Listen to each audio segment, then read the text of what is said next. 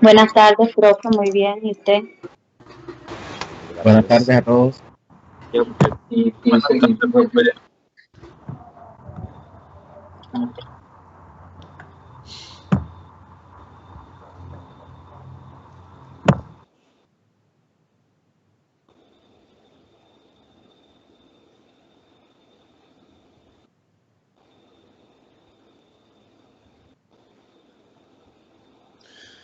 Bueno, iniciemos con la clase.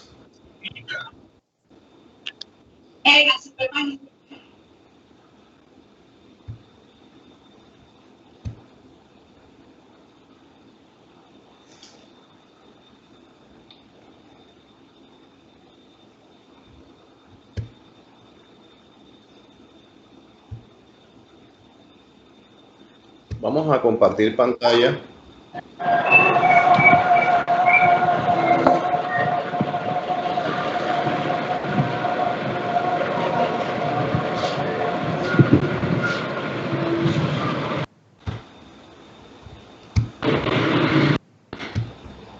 Yo todas estas clases se las voy a mandar en PDF, es más, las tengo ya listas.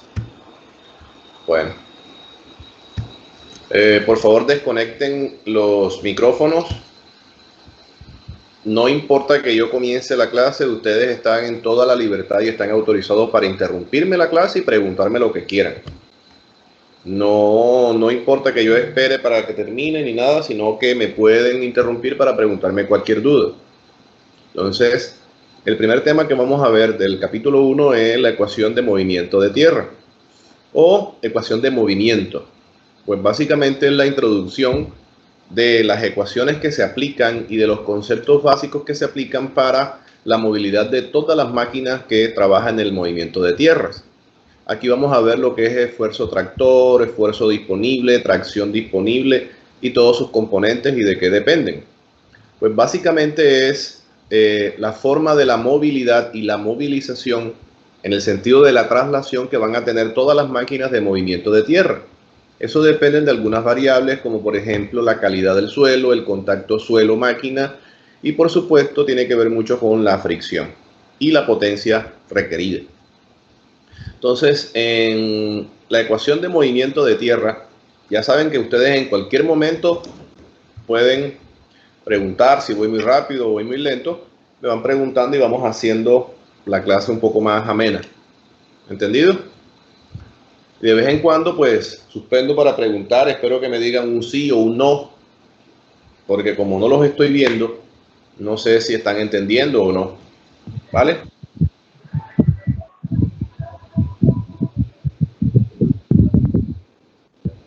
Bueno, listo.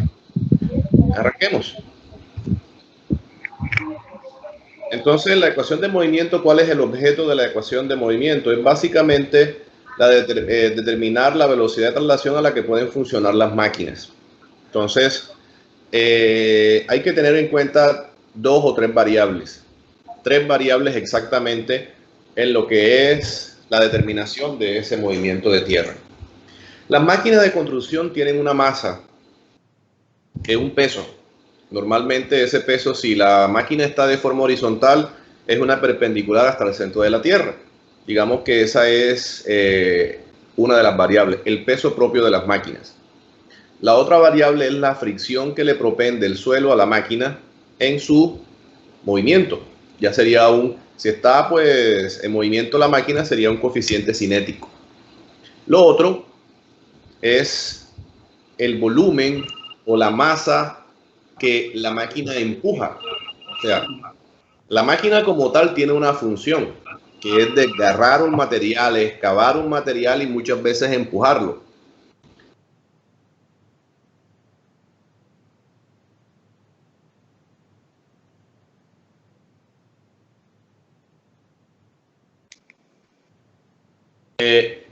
Realmente son cuatro variables, pero una es despreciable. Bueno, pero este micrófono se pone solo porque yo no he tocado nada.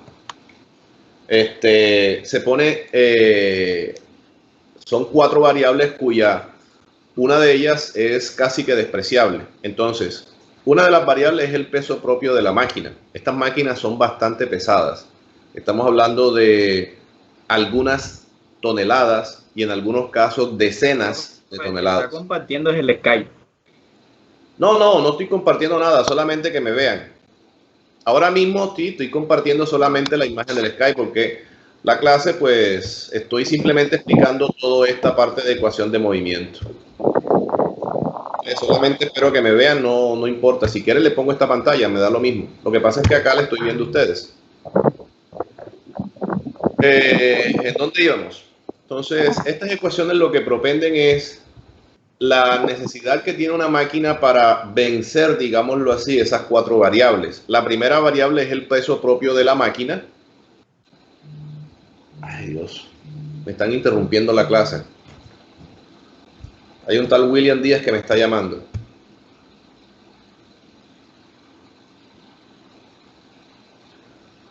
Ay, Dios.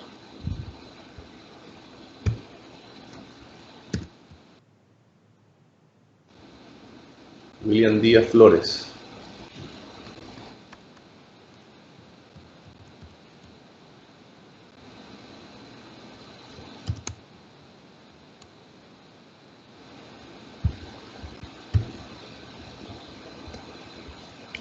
Listo.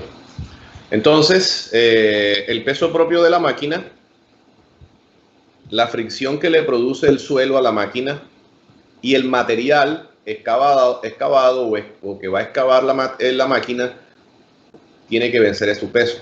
La otra variable es el viento o el aire, pero ese es despreciable. ¿Por qué es despreciable? Porque estas máquinas se mueven a 5 a 10 kilómetros por hora y la velocidad la fricción que le produce el aire a una velocidad tan baja es nula. Entonces, aquí vamos a analizar cuáles son las estadísticas, ecuaciones y sobre todo las ecuaciones que va a tener una máquina para que se pueda producir su traslado. Todos están viendo la página de PowerPoint, ¿verdad? Sí, profe. Listo. No la voy a ampliar, o sea, no voy a hacer esto porque no sé, no sé, que la página así completa no me gusta. Entonces, en la ecuación de movimiento, el objetivo es determinar la velocidad de traslación a la que pueden funcionar todas las máquinas. Entonces, repito, tienen que vencer esas 3 variables para que sea necesario esto. Entonces, el esfuerzo tractor que viene siendo es la primera definición que vamos a ver. Es la capacidad que tiene una máquina para desplazarse de un lugar a otro, su propio peso, el peso del material que lleva consigo y la resistencia que le oponga al terreno. Entonces, la resistencia que le oponga al terreno tiene 2 variables que van a ser inherentes a ese terreno. Primero, la calidad del suelo. Hay unos suelos que van a producir mayor resistencia que otros. Por ejemplo, los suelos arcillosos, saturados, fango, etcétera, van a producir una calidad de fricción tan baja que la máquina no va a tener la capacidad suficiente para trasladarse. Entonces necesita una potencia extra para ser trasladado. ¿En qué sentido? Pues básicamente el neumático, si es de neumático, o la oruga van a patinar o inclusive se hunde.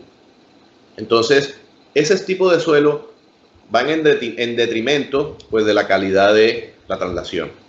La otra parte que es inherente al suelo es la pendiente, la inclinación que tenga con la horizontal ese terreno. Por supuesto que cuando ese terreno comienza a inclinarse en contra del movimiento, pues tenemos que vencer mucho más peso porque ya esa componente normal versus el peso comienza a ser un obstáculo para vencer. E inclusive estamos hablando de pendientes entre un 30 a un 40%. Ya pendientes más pronunciadas, las máquinas no las pueden vencer. Entonces, teóricamente, depende de esas 3 variables.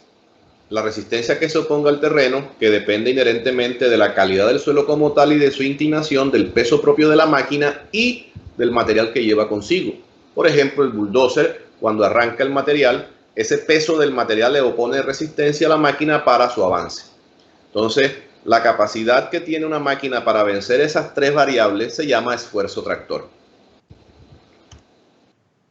La tracción disponible, fíjense, y aquí entra otro concepto, digamos que es la potencia necesaria que produce el motor para trasladarse.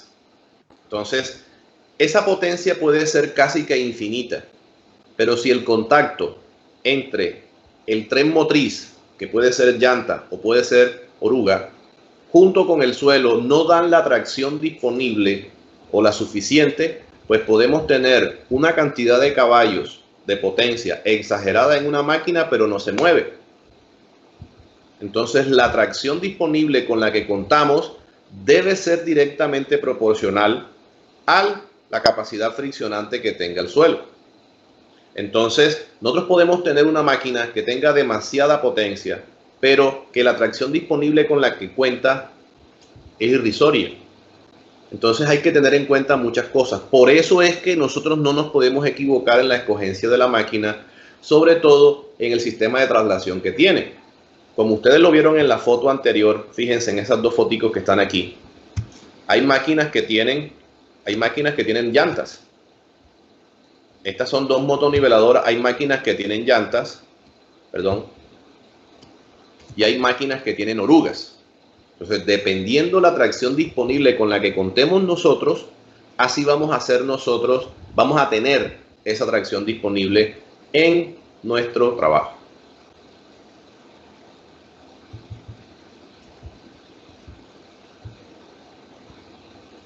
Vamos a bajar un poquito más. Esta es la que...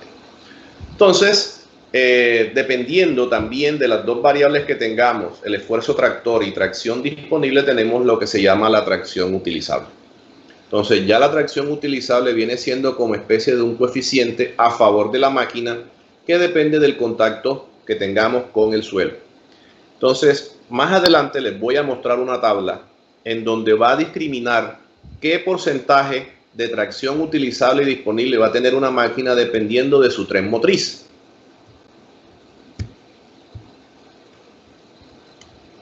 Esta. Entonces, fíjense, aquí no estamos hablando de ningún tipo de máquinas como tal. Simplemente estamos discriminando máquinas que utilizan neumáticos. Cuando hablo de máquinas de neumáticos me refiero a llantas de caucho. Y cadenas me refiero a orugas. Entonces, fíjense la tracción utilizable de acuerdo al sistema de propulsión que tenga cada una de estas máquinas. Entonces, en la parte izquierda tenemos el tipo de terreno: hormigón, asfalto, arcilla seca, arcilla húmeda, camino en grava, etc. Y del lado derecho tenemos dos columnas con llantas y con cadena. Entonces, en el primer sitio tenemos hormigón o asfalto, es decir, pavimento. Fíjense que los neumáticos tienen un coeficiente alto de tracción. Eso quiere decir que se desenvuelven de mejor forma en este tipo de caminos o carreteras. Y fíjense que la oruga no. Las orugas, para que ustedes lo sepan, tienen como especie de unas uñas que se entierran en la tierra para tener mejor tracción, cosa que no pueden hacer en el hormigón y en el asfalto. Entonces, las máquinas que tienen oruga funcionan muy mal en pavimentos tanto rígidos como flexibles. Por eso ese coeficiente es tan malo, 0.45. Pero fíjense que ya comienza a ver como especie de una inversión cuando ya dejamos de tener pavimentos y comenzamos a tener tierra normal, arcillas, nieve, tierra firme, suelta, etc. Fíjense que ya los neumáticos comienzan a tener problemas. En cambio, las orugas comienzan a tener un mayor coeficiente. Entonces, la tracción utilizable que vamos a tener nosotros con oruga va a ser superior a los neumáticos. Por eso es que cuando estamos haciendo excavaciones en suelos, en terrenos blandos, duros, de diferentes tipos de materiales, lo más recomendable es trabajar con orugas, con máquinas que tengan orugas. No es conveniente trabajar con máquinas que tengan neumáticos. Entonces, esa va a ser las características que nos van a mostrar a nosotros. Fíjense aquí, todo esto se los voy a pasar a ustedes. Esto es básicamente teoría y conocimiento de las máquinas. Entonces, Fíjense que aquí tenemos algunas máquinas que tienen orugas, como la compactadora, perdón, como el bulldozer, y otras que tienen algunos aditamentos especiales como el vibrocompactador, que se llaman patas de cabra. Entonces, dependiendo la calidad del sistema de traslación, así va a ser los esfuerzos disponibles, utilizables, que vamos a tener en nuestras máquinas. Entonces, dependiendo también la calidad del suelo que tengamos y que vayamos a explotar nosotros, siempre debemos escoger la máquina adecuada. Ayer, cuando les estaba explicando uno de los objetivos de la materia, no tanto es saber cuál es el rendimiento puntual de una máquina, sino que también debemos identificar cuál es la máquina adecuada. Entonces, si nosotros vamos a excavar grandes explanaciones, pues la máquina ideal sería un bulldozer. Si vamos a excavar puntualmente, debemos escoger una retroexcavadora. Si nosotros vamos a cargar material suelto, estamos hablando de cargador y volquetas. Entonces, cada máquina va a tener su nicho, su escenario ideal para la consecución de una producción económica. Que eso va a verse reflejado, y yo se los escribí, en un signo pesos por metro cúbico. Siempre vamos a evaluar cuál es la metodología adecuada, dependiendo de la máquina, que nos da un menor metro cúbico o un menor valor de metro cúbico excavado. A propósito, ¿bajaron el manual de Caterpillar?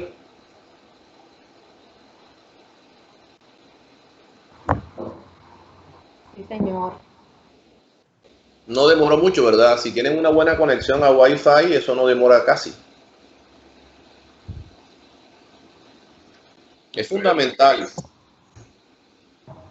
Es fundamental tenerlo. Bueno. Vamos a hacer una pregunta. ¿Qué saben ustedes de motores? No. Nada.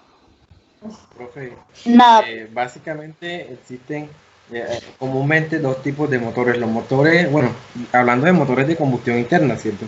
Están los motores de 4 tiempos que dependen pues de combustible que utilizan, ya sea diésel o gasolina. Entonces allí, por ejemplo, tendríamos en los que funcionan a gasolina, tendríamos los motores de 2 tiempos y los de 4 tiempos. Y en los motores de diésel, pues simplemente los motores de 4 tiempos también igual. Y que pues se diferencian fundamentalmente en la potencia que tienen debido a unas diferencias en términos del ciclo de combustión, de cómo se da la combustión en cada uno de los ciclos. Sí, pero no solamente existen dos motores, existen unos 10 tipos de motores. Existen los motores rotativos, existen los motores alternantes, existen diferentes tipos de motores de explosión interna, no solamente los de 4 tiempos, sino que también existen otros motores. Por ejemplo, los motores de aviones son rotativos, es decir, que los cilindros, hay un rotor interno y los cilindros son radiales. Bueno, pero el concepto que tiene es válido. Miren, los motores se llaman así motores de explosión interna, pues básicamente porque es una explosión controlada dentro de un receptáculo, dentro de un recipiente cerrado. Si nosotros cogemos y cerramos todas las puertas de nuestra habitación, ventanas, puertas, todo, no deja nada, y nosotros creamos una pequeña explosión dentro de la vivienda o dentro de donde estemos, esa explosión va a causar bastante daño porque no tiene forma de escapar.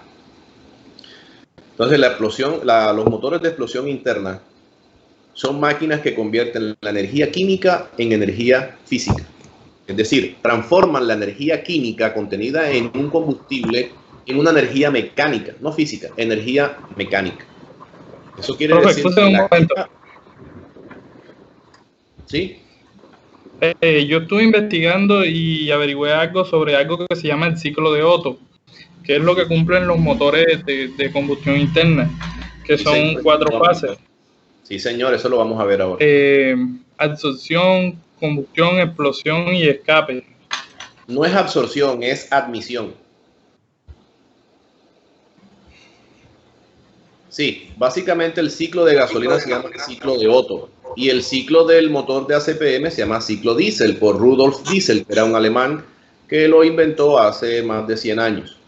Y el ciclo de Otto, OTTO, es un ciclo adiabático. Adiabático es en ausencia de transferencia de calor. Yo supongo que ustedes vieron esos conocimientos o algo en termodinámica, no sé, ustedes la ven en tercer, cuarto semestre, supongo.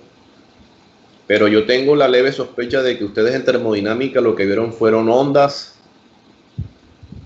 y ondas, ¿cierto? ¿Qué vieron en termodinámica? Profe, sí, algunos alcanzamos a ver los ciclos. Yo por lo menos, yo sí alcancé a ver bastantes conceptos de termodinámica y cómo eran los ciclos estos termodinámicos. Bueno, dentro de los ciclos termodinámicos hay el ciclo adiabático, que es los ciclos Otto y Diesel, hay ciclos isocóricos. Entonces, básicamente los ciclos estos comprenden una compresión de un gas a una temperatura constante sin transferencia de calor, pero se llama adiabático. Entonces, básicamente el ciclo de Otto, que es el ciclo de gasolina, igual que el ciclo diésel, lo que hace es transformar la energía química contenida en un combustible y lo transforma en energía mecánica. Acuérdense que uno de los principios de la termodinámica dicta que la energía ni se crea ni se destruye, sino que simplemente se transforma. Entonces, básicamente lo que vamos a tener es lo siguiente.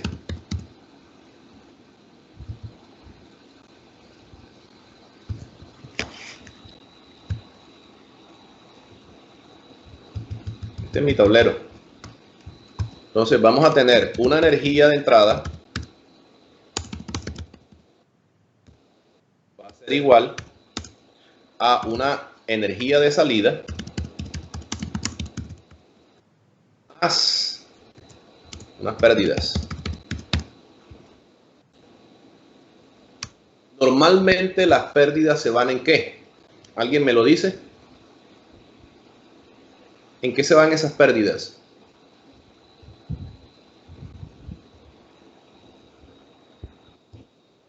Calor. Calor y fricción. Entonces, para que ustedes lo sepan, vamos a ponerle unidades a esto. Si entramos 100 unidades de entrada, la energía de salida puede estar hasta un 25% y las pérdidas van a ser alrededor de un 75%. Es decir, que en un ciclo de un motor a gasolina, de un motor diésel, estamos hablando de unas pérdidas de más del 70%. Eso quiere decir que más del 70% de la energía que absorbe de una máquina como esta. Y otra cosa, los motores para que funcionen tienen que tener un rango de calor bastante preciso. Por ejemplo, los motores de gasolina tienen que estar alrededor de los 100 grados centígrados, entre 95 a 98 grados centígrados para que sea su funcionamiento ideal. Lograr esas temperaturas hace que parte de su eficiencia se pierda en calor. Los motores de combustión interna no son eficientes. Acuérdense de sus cursos de hidráulica y sanitaria, cuando ustedes veían turbinas, los factores de potencia eran 0.9.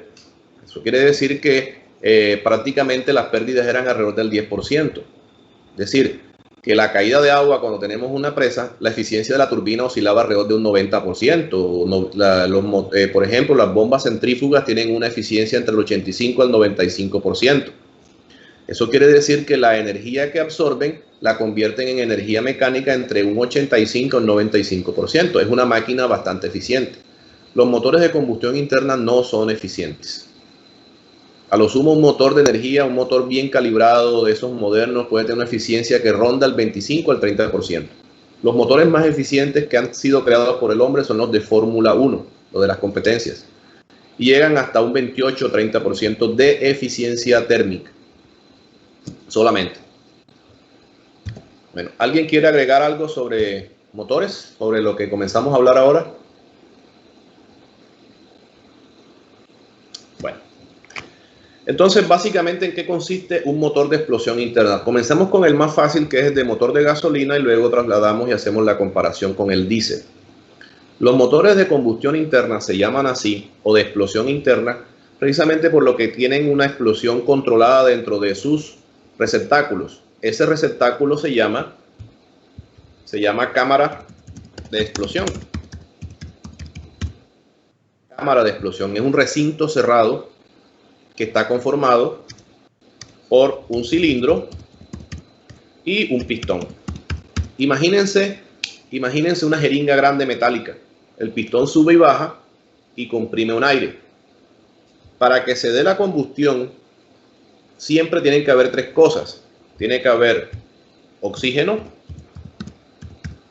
calor y chispa. ¿Cierto? El oxígeno se lo da el aire. La chispa Profe, lo da... ¿será combustible? Perdón, chispa, calor, sí, combustible, gracias. Combustible. El oxígeno, el aire, el calor lo da una bujía. Ya saben cuál es el objeto de la bujía dentro de un vehículo. Y el combustible pues lo da la gasolina en este caso. ¿Cuál es el problema? Que esto tiene que mezclarse, oxígeno y combustible tiene que mezclarse en una proporción adecuada. Normalmente una proporción 1:6, 1:16. Una parte de combustible, 16 partes de aire. ¿Para qué? Para que se dé una mezcla idónea. ¿Quién logra esa mezcla? En los carros antiguos, carburador. En los carros modernos es esto. ¿Oyeron?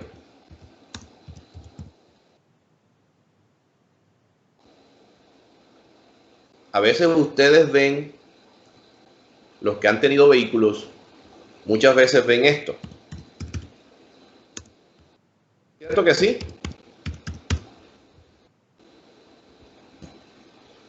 La gente dice full injection, no es full, es fuel. Eso se llama literalmente inyección de combustible, no es inyección completa. O sea, esto está malo. Lo correcto es esto, inyección de combustible. Entonces, ya les voy explicando, estoy explicando los conceptos, luego les explico el procedimiento. Entonces, básicamente lo que nosotros creamos, lo que nosotros tenemos que tener en cuenta es que nosotros tenemos que quemar un combustible. Ese combustible normalmente es un derivado del petróleo llamado gasolina. La gasolina es una mezcla de hidrocarburos. Para que ustedes lo sepan, los hidrocarburos utilizados, esto comienza con el primero de un solo carbono que se llama metano. Es un gas. También le llamamos nosotros el gas natural. El primerito de la cadena. Luego viene el etano. Luego viene el propano. Y luego viene el que llena las yesqueras de los cigarrillos, con el que encienden los cigarrillos. ¿Cuál es? Butano. El butano. Luego viene el pentano, etcétera. La gasolina está de 7. La gasolina es el octano, el heptano, que está aquí, que es el de 7. Entonces, la gasolina es líquida. Hasta el pentano son gas. El de 6, el de 7 y el de 8 ya comienza a volverse líquida. Eso quiere decir que es un hidrocarburo. Los hidrocarburos son más pesados. Estos hidrocarburos son livianos, son volátiles, son gaseosos. Ahora, ustedes me dirán, ¿por qué se ve el butano de las yesqueras? ¿Por qué se ve líquido? ¿Por qué se ve líquido? Presión, profe. ¿Cuál es el término? Está licuado, se licúa. Licuado. Lo someten a tanta presión dentro de la yesquera que el gas tiene tanta presión que se licúa y se vuelve líquido. Cuando tú un gas lo conviertes en líquido, ocupa menos volumen. Eso es una ganancia. Entonces, si no fuera la yesquera bastante grande. Entonces, los primeros hidrocarburos, metano, etano, propano y butano son líquidos, son gaseosos. Luego viene la fase líquida y luego viene la fase sólida, que son las breas. Los aceites son mucho más pesados. Por acá está la CPM, que son aceites, breas, etcétera, que son de 17, 18. También está lo que se llama fuel oil, que es un aceite combustible. Pero básicamente nosotros nos vamos a centrar en estos dos. Entonces, la gasolina es una mezcla de estos hidrocarburos que, ¿cómo se llama? Que lo que hace es mezclarlos con el aire y hacerlos explotar. El cuento con esto es que no es tan fácil de decir, no es tan fácil de describir como yo se lo estoy diciendo. sino que hay una mezcla controlada dentro de ese sistema de movimiento que es un motor de combustión interna. Entonces, los motores de combustión interna tienen 4 fases, como lo dijo su compañero. Entonces, ¿eso qué hace o qué depende? Entonces, los motores de combustión interna también se llaman motores de 4 tiempos. El primer tiempo se llama fase de admisión, no de absorción, sino de admisión. ¿Esto qué hace? Yo les voy a explicar, les voy a dar la teoría y luego les muestro un video, ¿vale? Para que ustedes vayan entendiendo. Y un favor encarecido, nosotros los niños, desde niños, jugamos con carritos y sabemos cómo funciona la moto, cómo funciona la bicicleta, cómo funciona un motor. A mí desde niño siempre me gustó saber de motores y todo eso. Las niñas, como siempre jugaban con otras cositas, con muñecas, Barbie, etcétera, pues no saben mucho de motores. Aquí vamos a igualarnos todos. Todos estamos estudiando ingeniería civil. Entonces, si María Cervera, María, cuéntame. María.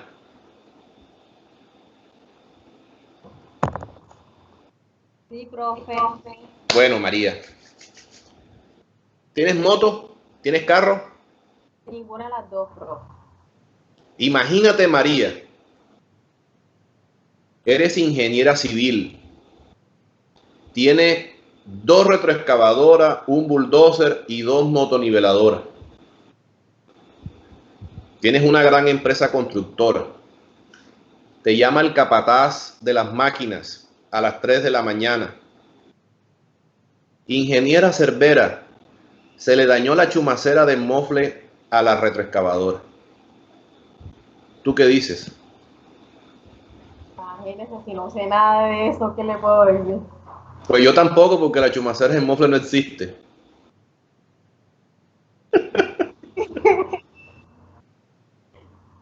Y si te llama para decirte que el chirrimater del motor se dañó.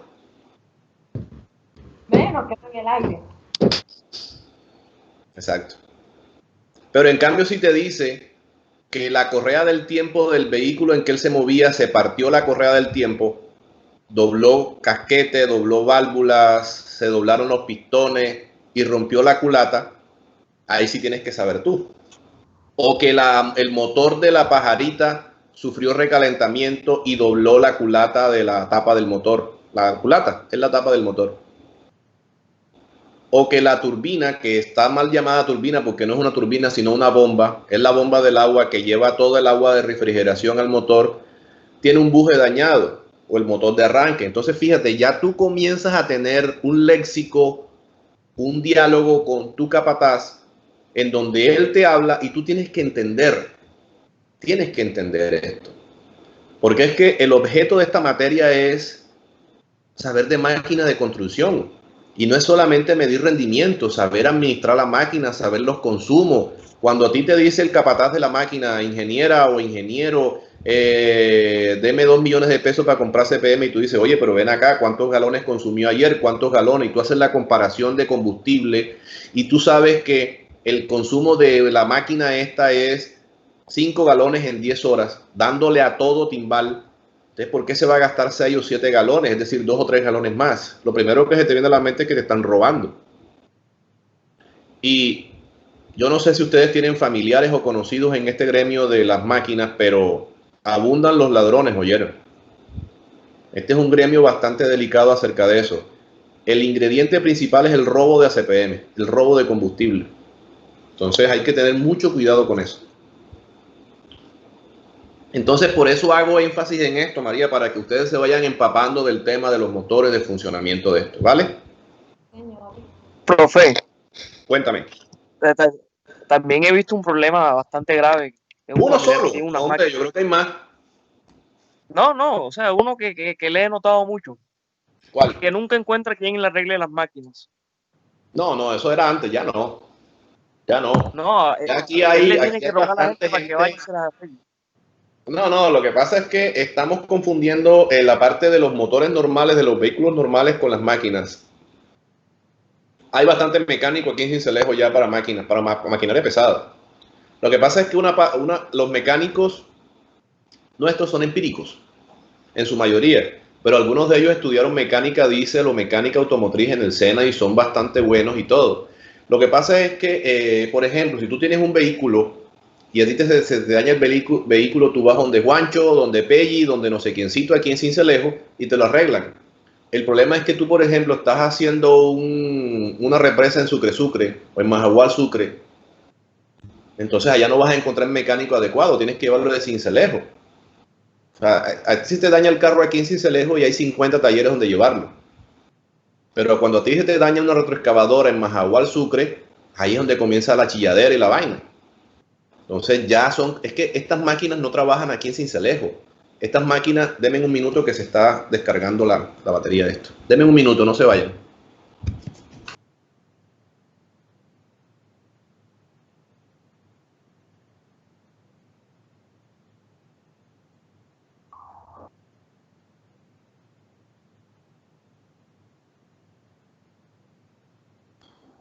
Ya. Disculpe que se estaba descargando y tuve que enchufar el cable de la cosa esta. A eso voy. Lo que pasa es que normalmente estas máquinas trabajan en zonas apartadas, casi siempre fuera del ámbito urbano. Siempre trabajan en veredas, bastante alejado de la civilización. Entonces es relativamente complicado. Pero bueno, de pronto tu concepto de la mecánica sí, de pronto se va por el lado del empirismo, pero ya hay bastante mecánico en nuestra zona. ¿Qué otra aclaración quieren hacer? Bueno, seguimos. María, claro. Señor. Bueno, vamos a mostrarles un video de cómo es el funcionamiento de un motor de explosión interna de 4 tiempos.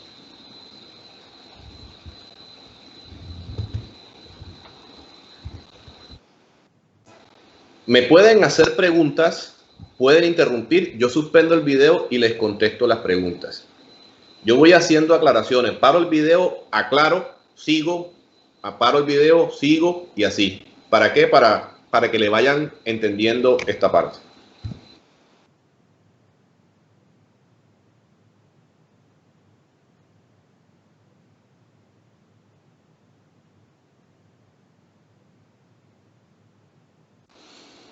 Ese es el bloque de motor. El bloque de motor está hecho de aleación. En los vehículos modernos son aleaciones livianas. Normalmente los motores de explosión interna vienen de número de cilindros y número de pistones pares, es decir, 2, 4, 6, 8. Es muy difícil encontrar motores con cantidad de pistones impares.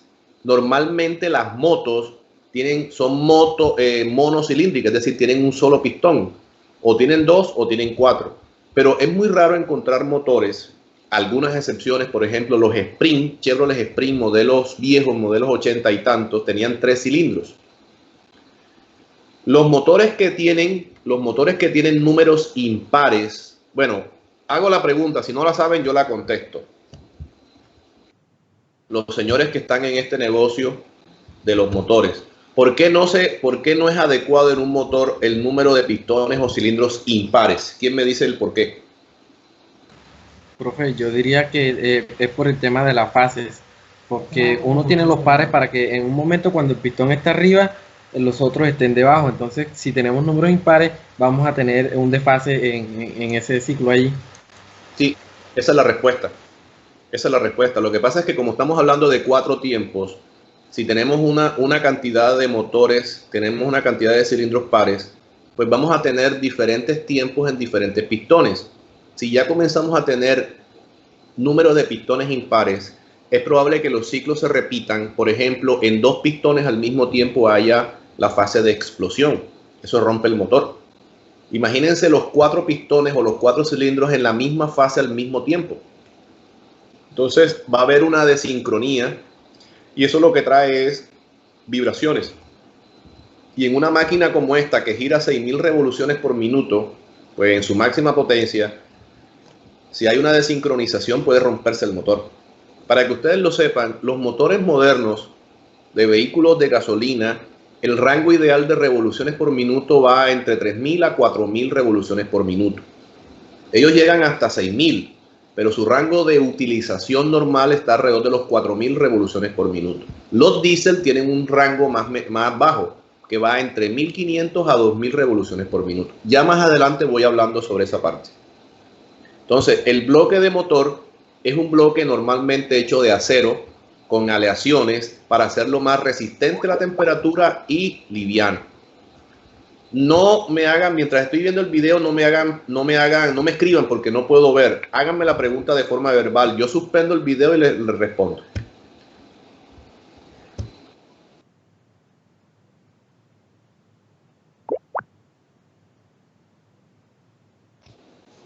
Esto es un cigüeñal, es un eje.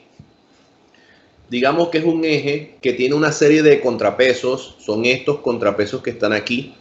¿Por qué? Porque en ese cigüeñal que está en la parte baja del motor van encastrados lo que se llaman los pistones. Entonces, el cigüeñal a medida que gira hace que los pistones suban y bajan. Como los pistones tienen masa, al girar hay una transferencia de masa y crea vibraciones. Entonces, ese cigüeñal contrarresta las vibraciones con estos contrapesos que están aquí.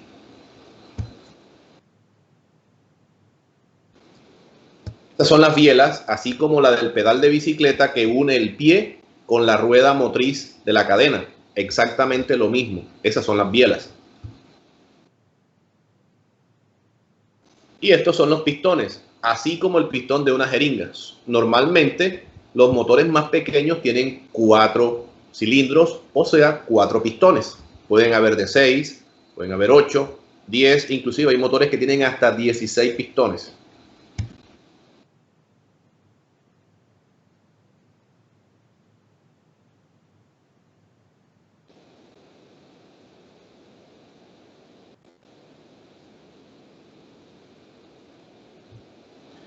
Esto es un volante que se llama volante de inercia. ¿Por qué se llama de inercia? Porque tiene bastante masa y lo que hace es que cuando el motor comienza a girar y se detiene, no se detiene de forma ipso facto, sino que el volante sigue girando de tal forma de que el apaciguamiento del giro sea lenta y no de un solo, porque se puede dañar el motor. La culata, que es la parte superior del motor, normalmente está hecha en aluminio. Por eso es que es propensa a doblarse por los excesos de temperatura. Ya les tengo dos preguntas que resolver. ¿Por qué la culata es de aluminio? Y la otra es la parte de la temperatura del bloque y por qué es de acero.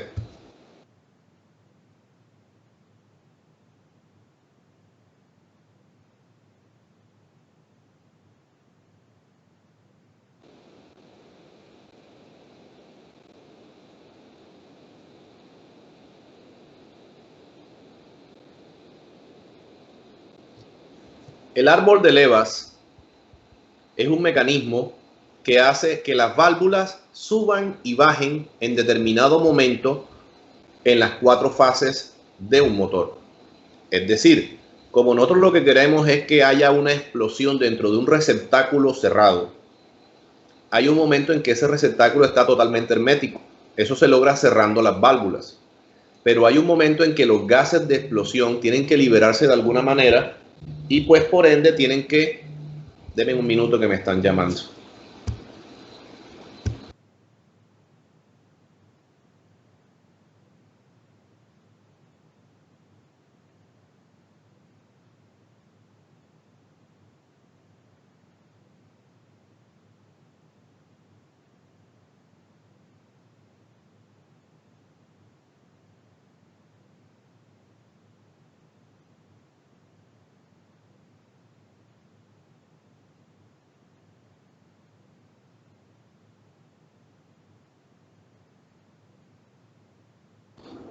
Qué pena con ustedes. Bueno, entonces estaba diciéndole que las válvulas dentro de ese receptáculo esa explosión, cuando no se puede contener, tiene que abrirse para algún lado. Entonces hay una válvula que se llama válvula de escape, o válvulas, porque pueden haber vehículos o motores multivalvulares, para que todos esos gases de explosión salgan a la atmósfera a través de lo que se llama el mofle, que es el humo que sacan los carros en su proceso de explosión.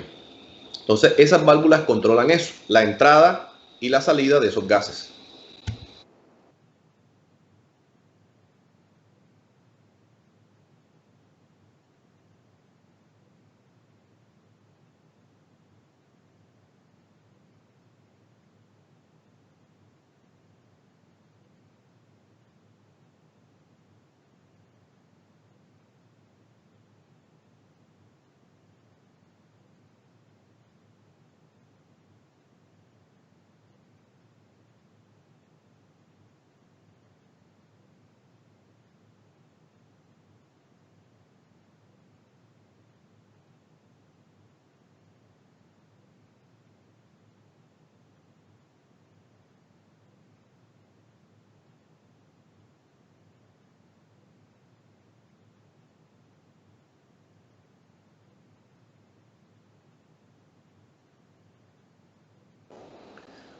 Toda esta serie de artilugios que ustedes están viendo que se están colocando al lado del motor son aditamentos que el motor necesita para su propio funcionamiento. Uno es el motor de arranque. El motor de arranque es el que le da inicio a los giros del motor cuando el motor está apagado. Cuando usted entra al switch y abre el switch y le da starter, le da inicio, hay un motor eléctrico pequeño que está acoplado al motor, que está acoplado a ese volante que inicialmente se mostró, y lo que hace es comenzar a girar para que el motor espontáneamente cree su propia inercia y comience a autoencenderse. Si el motor está quieto y no se está moviendo, pues no se puede encender. Cuando los pistones comienzan a subir y a bajar, que comienzan a admitir aire y gasolina, y comienza a ver el fenómeno de explosión en los primeros movimientos, el motor comienza a funcionar espontáneamente y ese motor eléctrico llamado motor de arranque se desacopla a través de lo que se llama un Bendix. Vamos a escribírselo. El Bendix es un sistema de acople y desacople de ese motor eléctrico. Cuando nosotros abrimos el switch y le damos start, ese Bendix acciona ese motor y lo acopla al sistema de transmisión del motor en el cigüeñal para que lo accione.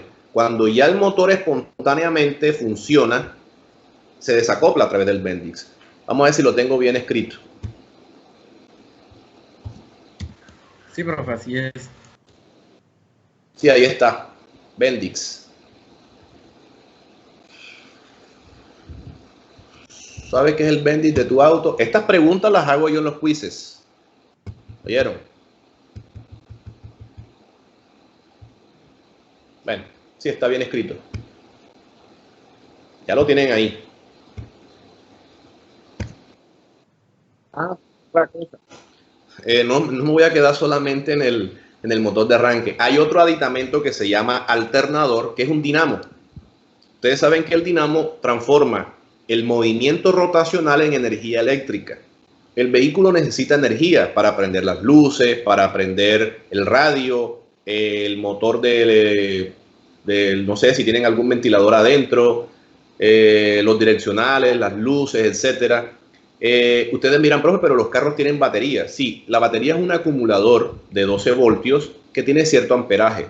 Pero si esa batería no se alimenta, la batería se descarga y el motor queda muerto, no se puede encender. Porque ¿quién le da arranque a ese motor eléctrico que se llama motor de arranque? Entonces el acumulador necesita mantener su amperaje y su voltaje estándar de acuerdo a alguien que le suministre energía.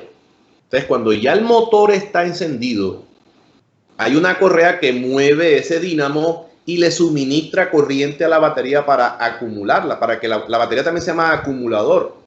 Entonces esa batería comienza a recibir energía del mismo motor a través de lo que se llama el alternador para alimentarse y estar siempre en su óptima carga para que cuando necesite energía adicional el motor, el vehículo, las luces, por ejemplo, vamos de noche con las luces encendidas, tenemos el radio a todo volumen, tenemos las luces de adentro del carro encendidas, tenemos el aire prendido. aunque el aire, el motor del aire lo hace funcionar el motor, pero el ventilador que está dentro del aire, el que sopla el aire frío, es eléctrico.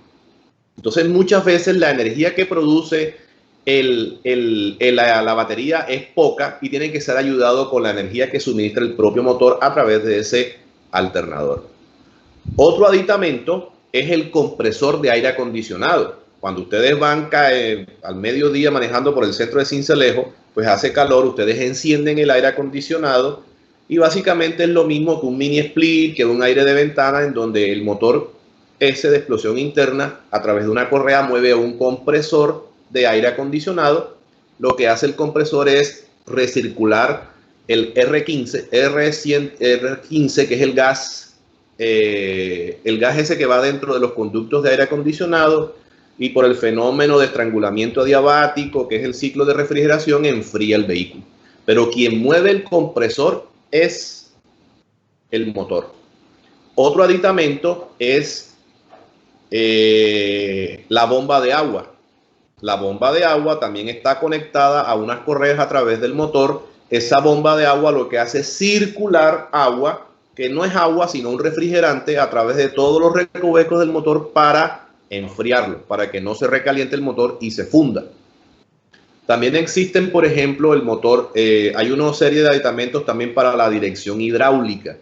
La dirección hidráulica es la que hace que el timón no esté tan duro para girar las curvas. Eso también lo ayuda el motor. Eso quiere decir que si un motor neto, limpiecito, antes de aditamento, tiene 100 caballos de potencia, cuando toda esta serie de aditamentos se le agregan, el motor baja la potencia. ¿Por qué? Porque el compresor de aire se consume entre 2 a 8 caballos de potencia. La polea para mover el alternador consume 1 o 2 caballos. Es decir, que neto, un motor puede estar perdiendo un 15, un 20% de su potencia solamente moviendo ese poco de cosas. Pues hay que tener mucha precisión sobre eso.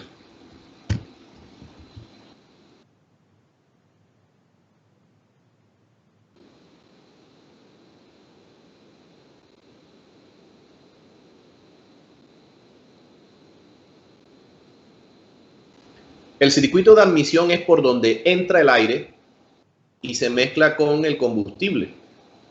En un motor moderno, esa mezcla la hace un computador de acuerdo a muchas variables. Primero, la presión atmosférica a la cual está el vehículo. A la presión atmosférica de Sincelejo, que estamos casi a nivel del mar, ahí la presión atmosférica estamos casi en un 100%. Quitando los 200 metros que tenemos de altura sobre el nivel del mar. Pero un motor de estos de explosión interna que funciona en Bogotá, que está a 2.600 metros, pues va a perder potencia. Se dice más o menos que por cada 1.000 metros de altura se pierde un 10% de potencia. La razón es simple. Aquí hay una variable de la que ustedes estaban viendo, esta, aire. En Bogotá hay menos aire que aquí en la costa. En Bogotá, al estar 2.600 metros, hay menos presión atmosférica. Es decir, tenemos menos aire por encima de nuestras cabezas y por eso la presión atmosférica en Bogotá disminuye. Y eso se lo puedo demostrar fácilmente. Ustedes ponen a hervir agua en Bogotá y el agua hierve en Bogotá a 88, 89 grados centígrados, mientras que aquí en Sincelejo hierve a 100 grados. Precisamente el agua tiene que romper menos capa de aire para poder evaporarse. Al tener menos oxígeno en Bogotá, el motor pierde potencia. ¿Por qué? Precisamente porque el motor atmosférico, así se llaman, depende de la presión atmosférica que tiene. Entonces, los motores modernos tienen unos sistemas de calibración especiales con sus motores, con sus computadores, que te calibran la presión atmosférica, la calidad de oxígeno, la velocidad a la que está girando el motor. Es decir, ellos sincronizan todo para darle la cantidad de combustible necesaria al motor para que funcione de forma óptima. Anteriormente era obsoleto. Era un sistema de carburación que tenía un tubo de Venturi. ¿Ustedes saben lo que es un tubo de Venturi?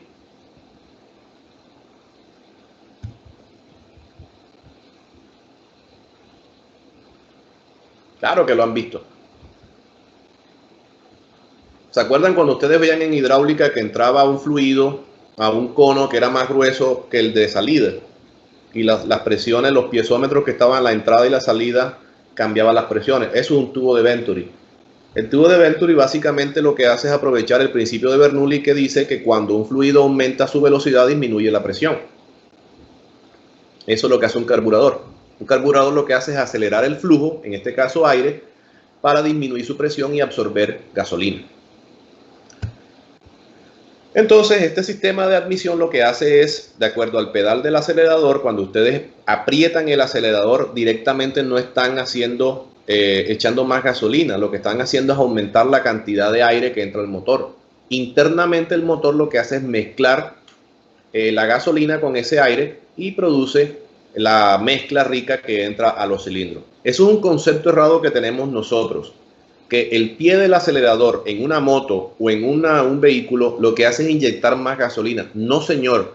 El pie del acelerador lo que hace es controlar el aire que entra a un motor. Internamente el motor, como está recibiendo más aire, pues tiene que mezclar más gasolina. Pero la cosa no es directa, es indirecta. ¿Oyeron?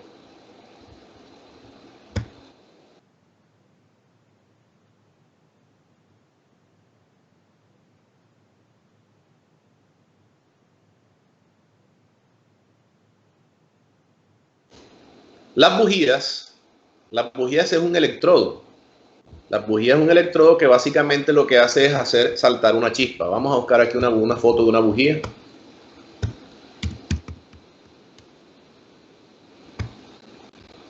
Esto es una bujía.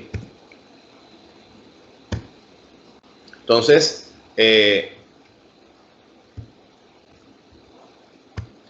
la bujía tiene una serie aquí de cerámica que es aislante. Tiene un electrodo positivo y negativo. Fíjense, esta tiene 3 cabezas. Este electrodo, hay un electrodo que es positivo y un electrodo que es negativo, que es la tierra. Si mal no estoy, el negativo es este de abajo. Entonces, en su debido momento, cuando el motor está bien sincronizado, lo que hace es pasar una corriente que viene de la batería, indirectamente viene de la batería, y lo que hace es que aquí salte una chispa. Entonces, lo que estamos viendo aquí es que ya tenemos aire, tenemos la chispa con la bujía y tenemos la gasolina que entra. Entonces, en el momento adecuado, esa chispa salta y hace quemar la mezcla de aire y gasolina dentro de ese receptáculo llamado cámara de explosión.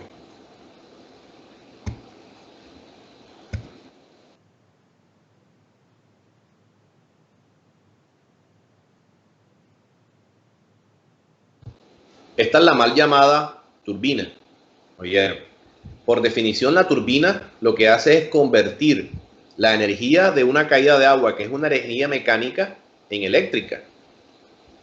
Pero en este caso es una bomba. Entonces, la bomba, para que ustedes lo sepan, es contraria a la turbina. Entonces, muchos mecánicos le llaman a eso turbina. No es ninguna turbina, ¿vieron?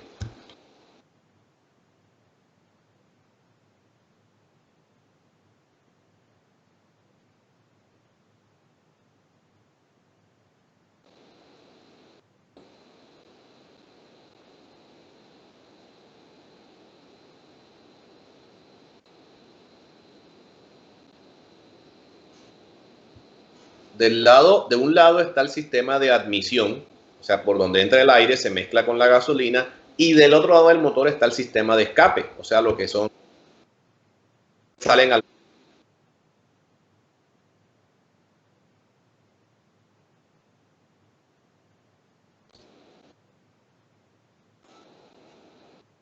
Esta es la correa que mueve todos los aditamentos. Fíjense, este es el alternador, del otro lado tenemos el compresor de aire, motor de arranque, etcétera. Todas estas correas es lo que mueve esos aditamentos que yo les estaba explicando anteriormente. Entonces, todos esos aditamentos consumen un poquito de la potencia del motor. El compresor de aire, la bomba de agua, el alternador, el motor. Bueno, el motor de arranque no, porque el motor de arranque es eléctrico. El motor de arranque funciona por la batería, arranca el motor y se desprende a través del Bendix. O sea, eso no consume potencia. Pero la bomba de agua sí consume potencia. El alternador consume potencia. El compresor de aire es el que más consume potencia. La bomba de hidráulica para mover la dirección hidráulica consume potencia.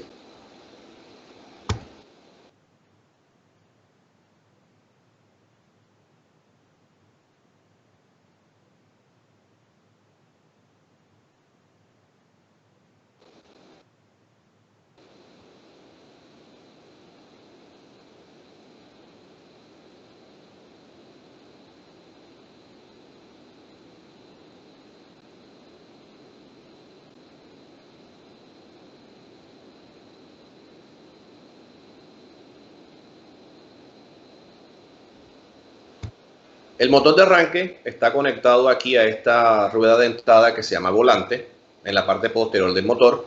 Cuando nosotros abrimos el switch y le damos start al motor, ese motor recibe energía de la batería y comienza a girar, a hacer girar el motor. El motor espontáneamente comienza a encenderse, se desprende el Bendix, hace que el motor de arranque se separe y el motor ya espontáneamente comienza su movimiento. Entonces, ¿qué hace el motor? Convierte la energía química condensada en un combustible en energía mecánica. Esa energía mecánica es una energía rotacional. Fíjense que está haciendo mover unos pistones que son ascendente y descendente, hacen girar el cigüeñal hace girar esta rueda dentada y de ahí en adelante se va a las ruedas a través de una transmisión. Es decir, la transmisión, el árbol de transmisión comunica las ruedas y las ruedas le dan propulsión al vehículo.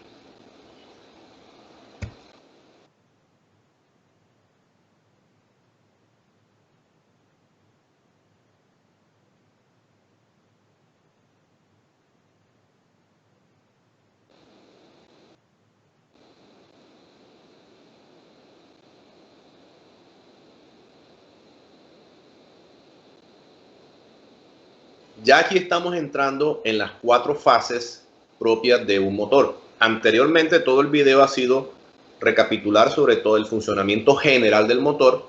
Ahora vamos a puntualizar en las 4 fases. Entonces vamos a tomar un solo pistón y vamos a hacer el análisis que se extrapola para todos los demás. Entonces, la parte azul que entra es la mezcla de aire y combustible y la roja que sale después son los gases ya quemados que salen a alta temperatura. Entonces, aquí van deteniendo el pistón en su movimiento. Acuérdense que ese pistón sube y baja muchas veces por segundo. Es un motor que puede girar a 5.000, 6.000 revoluciones por minuto y ese pistón sube y baja unas 10, 15 veces por segundo. Entonces, aquí lo ralentizan para que se den cuenta cómo es el movimiento, porque realmente él no funciona así de lento.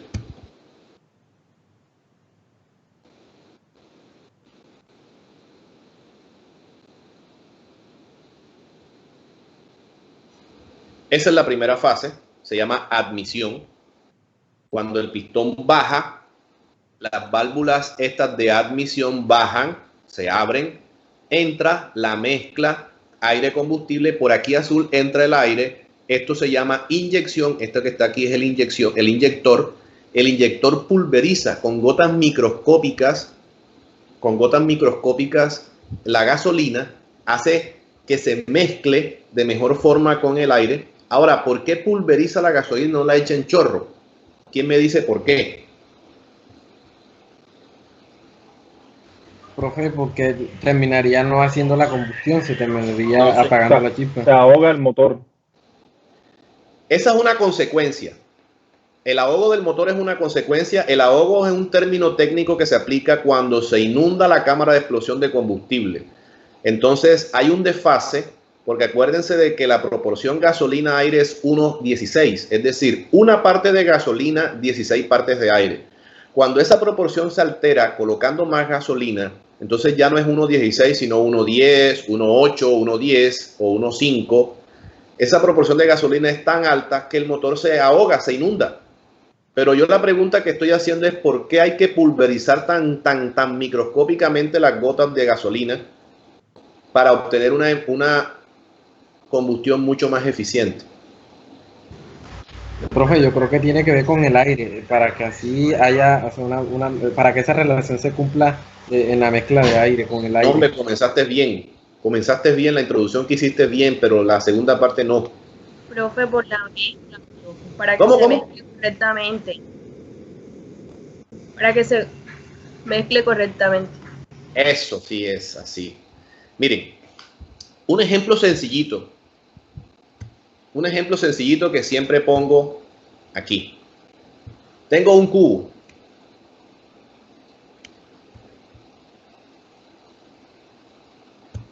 Parece bobo el ejemplo, pero un cubo. Este cubo tiene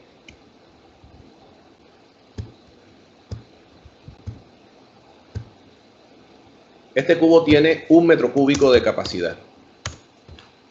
Ese cubo. Listo, aquí tenemos eso.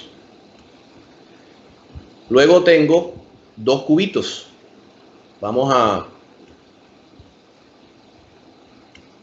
Tengo 2 cubos aquí. Y tengo 2 cubos acá. Vamos a hacer este ejemplo que es un poco chimbo, pero aplica. Profesor que no sepa Excel no da clase aquí. Este tiene 0.50 metros cúbicos. 0.50 metros cúbicos. Listo.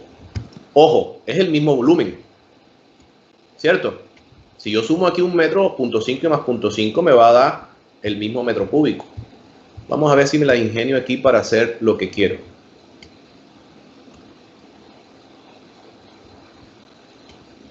Sí, aquí aplica.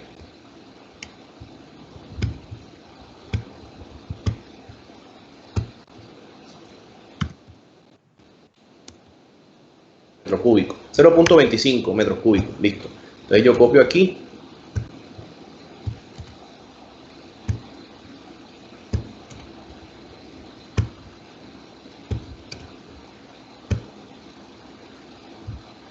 Es el mismo volumen, ¿cierto?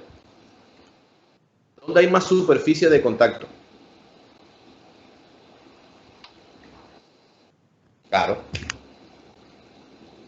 Si yo quiero que la gasolina se mezcle mejor con el aire, ¿qué tengo que hacer con la gasolina? Pulverizarla lo mínimamente posible. Las gotas de gasolina, entre más pequeñas, van a sumar más área de contacto, va a ser más fácil mezclarse con el aire y van a producir una eficiencia bastante alta.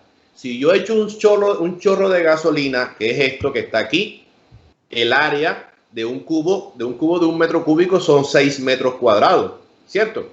Son 6 caras por cada metro cuadrado, pues me da 6 metros cuadrados. Si ustedes hallan el área de contacto o el área de superficie de un cubo cuyo volumen es la mitad, o cada uno es la mitad de esto, la suma de todo esto me va a dar un poco más de 6 metros cuadrados. Y si ustedes suman el área de estos 4 cubos de 0.25 metros cúbicos, me va a dar todavía un poquito más de área. Entonces, si yo sigo con el experimento punto 1 hasta llegar a lo microscópico, voy a tener una superficie de contacto tan grande que va a ser mucho más fácil que la gasolina se mezcle con ese aire y va a producir la eficiencia que yo quiero. Eso es lo que yo busco, que haya una eficiencia térmica, y comienza como mezclando homogéneamente y más fácilmente la gasolina con el aire. Entonces, en el video, por aquí, cuando usted pisa el acelerador, repito, no está, digamos, controlando la cantidad de gasolina. Ese es un error que nosotros tenemos de antaño. Que pisa el acelerador es más gasolina. Directamente no es así. Cuando usted pisa el acelerador, hay una válvula que se llama válvula de mariposa, que es la misma que ustedes han visto en hidráulica, que controla el flujo de aire hacia la entrada del motor. Cuando usted pisa el acelerador, esa válvula se abre y ingresa más aire al motor. Esto azul es el aire entrando al motor. Pero como el computador está sincronizado y ellos tienen unos sensores aquí, el computador detecta la cantidad de aire y dice, bueno, entraron tantos litros de aire, yo tengo que echarle tanta gasolina. Claro, esto lo hace en milisegundos. Este inyector lo controla el computador, no nuestro pie derecho. Entonces, de acuerdo a ese volumen de aire que ingresa al motor, este inyector está sincronizado con el computador. El computador le dice, tienes que inyectar tanta gasolina para que dé la proporción ideal 1:16. Y se mezcla directamente con esta gasolina. Entonces, entra la mezcla de gasolina versus aire a este motor y se da la primera fase, que se llama fase de admisión. Profe, ingeniero, una pregunta. En el sistema de carburación, al acelerar, ¿también controla el flujo de aire? Controlas la misma válvula que se llama válvula de Venturi, que es una válvula de mariposa, y los chicleres, para que ustedes se familiaricen, es como la abertura. Son como unos tornillos huecos. Esos son los que controlan la gasolina. Entonces, hay gente que le amplía los chicleres para que pase mayor flujo. Exacto, pero eso es envenenar el motor, ya eso contamina más. Sí. ¿Por qué? Porque estás haciendo una mezcla rica en gasolina y lo que estás haciendo es recalentando el motor. O sea, eso en un principio tiene una ventaja, pero con el uso indebido dañas el motor. Porque es que el motor está adecuado para un rango de temperaturas, para un rango de explosión. Cuando tú alteras los parámetros de diseño de un motor, el motor acorta la vida útil de un motor de esto. Entonces, no es conveniente hacer eso. ¿Estamos? ¿Hay alguna otra pregunta? Las niñas, ¿cómo van? María, vuelvo y te pregunto.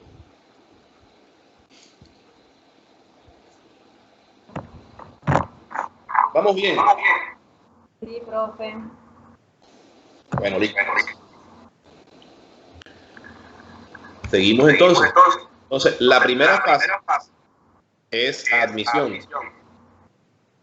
Baja el pistón, entra la mezcla de aire y gasolina a través de las dos válvulas. Se escucha un eco, ingeniero. Sí, no sé qué pasa.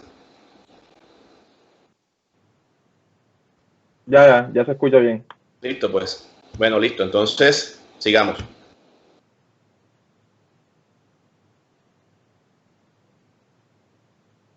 Entonces, la segunda fase, que se llama compresión, todas las válvulas se cierran. Todas. Las de admisión y las de escape se cierran. Esa mezcla que está ahí, que es una mezcla entre aire y gasolina, se comprime. Y cuando ustedes estaban en química de quinto de bachillerato, ¿se acuerdan de esto?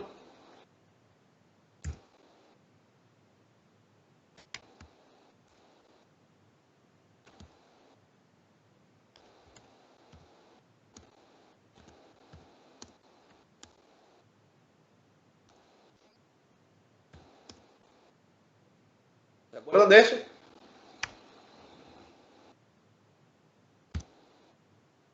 Presión, volumen, temperatura. Presión, volumen, temperatura. Eso quiere decir que aquí, cuando usted comprime un gas, la temperatura aumenta. Es decir, aquí comienza a aumentar la temperatura. Y aquí hay un fenómeno particular que se llama pistoneo. Cuando esa rata de compresión es tan elevada, la gasolina naturalmente, sin necesidad de la bujía, explota. Porque hay tan alta temperatura, se está cumpliendo entonces los tres requisitos. Los tres requisitos estos. ¿Dónde está? Oxígeno, calor y combustible. O sea, esto espontáneamente se está dando sin necesidad de la bujía con esto. Entonces, ¿qué pasa? Si el motor está desincronizado, o sea, desincronizado, ¿qué es? Que cuando sube el pistón para hacer la admisión, la válvula de admisión no se abre. Cuando el pistón sube para comprimir, todavía las válvulas están abiertas. No entra la gasolina en su momento adecuado. Es decir, son muchas características de un motor totalmente desincronizado. Entonces, ¿qué pasa? A veces en algunos motores, para que ustedes lo sepan, la rata de compresión, es decir, el volumen del punto muerto inferior del pistón con respecto al punto muerto superior, normalmente en los motores modernos de gasolina va desde 1.8 hasta 1.12. Es decir, perdón, no es 1.08, es 1.8. 1.8.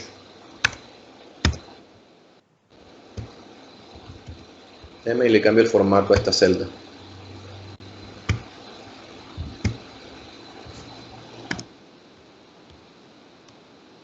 Mm.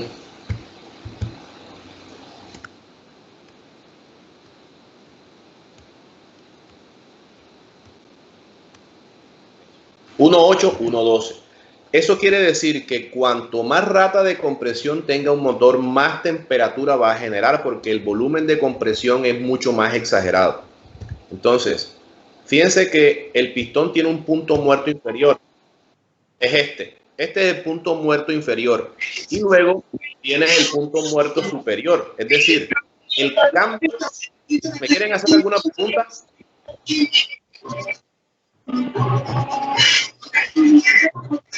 Señorita Fortich, eso.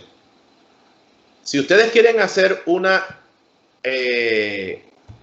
comparación entre el punto muerto inferior y el punto muerto superior, eso se llama rata de compresión, es decir, los volúmenes que cambian en ese mismo momento. Entonces, los motores modernos tienen una rata de compresión que va desde 1.8 hasta 1.10, 1.11, 1.12. Hay motores que tienen un poquito más. Entonces, a veces la temperatura generada en esa rata de compresión, cuando sube el pistón, es más grande aquí, en este momento, que antes de que la bujía se encienda, espontáneamente la mezcla se enciende. Entonces hay dos ondas de choque. La onda de choque producida por la ignición espontánea de los gases y la otra onda de choque producida por la ignición de la bujía. Entonces se encuentran dos ondas de choque dentro del mismo cilindro y esas ondas de choque chocan entre sí y se escucha afuera, es tan potente que se escucha afuera como un pistoneo, se llama pistoneo. Ese es el nombre técnico de esto. ¿Qué pasa? Por eso es que existen dos gasolinas, dos tipos de gasolina, la gasolina corriente y la gasolina premium o extra. La gasolina corriente normalmente en nuestro medio va de 85 a 87 octanos y la gasolina premium va de 88 a 89 octanos hasta 90 a 91. Entonces, lo que yo le estoy mostrando acá, esto, entre más abajo se esté en esta cadena de hidrocarburos, más difícil de encender es el combustible. Es mucho más fácil de encender un gas, pero de todos estos gases, el más fácil de encender es el metano, porque es el más volátil. Para que ustedes lo entiendan, cuando ustedes abren el tanque de gasolina de una moto o de un vehículo, siempre ven como especie de un vapor que sale. Ese vapor es el vapor de la gasolina y ese es el que se enciende cuando ustedes le acercan un fósforo a una gasolina. Es decir, es mucho más fácil encender un gas que encender un aire. Perdón, un gas, encender un líquido. Y todavía es más complicado encender un sólido. Es decir, en facilidad de encendido, digámoslo así, es mucho más fácil encender un gas que encender un líquido y que encender un sólido. Por eso es que la gasolina que es líquida se asperja en gotas microscópicas para volverla a un gas y sea mucho más fácil de encender, como el ejemplo de las goticas microscópicas. Entonces, a medida que esto va bajando, el etano es mucho más difícil de encender que un metano. El pentano mucho más difícil que el metano. Y por supuesto que el heptano y el octano, que son líquidos, son más difíciles de encender que el metano. Pero dentro de las mezclas de gasolina, el octano es más pesado que el heptano. ¿Eso qué quiere decir? Que cuando ustedes tengan una gasolina con esta mezcla, entre más octanos tenga, más pesado es. Es decir, más... ¿Y la combustión es más potente? No, señor, eso es un error de concepto, no es más potente. Ya les explico por qué. Por eso es que la gente dice que echarle gasolina extra es mejor o peor. Si el carro no necesita gasolina extra, está perdiendo plata. Más pesada, es más difícil de encender. Esa es la única encender. Al ser la gasolina que tenga más octanos, por ejemplo, la que en Colombia creo que es 89, 90, es mucho más difícil de encender que la gasolina corriente. ¿Cuál es la diferencia? No es que una sea más pura o sea mejor. No, señor. Eso no tiene nada que ver ni que va a dar más potencia ni nada de eso. Eso tiene que ver es con la relación de compresión. Cuando este pistón sube y comprime la mezcla, espontáneamente, muchas veces si el motor no está suficientemente calibrado, la gasolina se enciende espontáneamente sin necesidad de bujía. ¿Cómo contrarrestamos eso? Colocando una gasolina más pesada, más difícil de encender, llamada gasolina premium o extra. Esa es la única diferencia. Entonces, ¿cómo hacemos que el carro no pistonee? ¿Cómo hacemos que el motor no tenga dos ondas de choque? Colocando una gasolina más difícil de encender y con la elevada temperatura que produce el pistón cuando está en la rata de compresión no se encienda.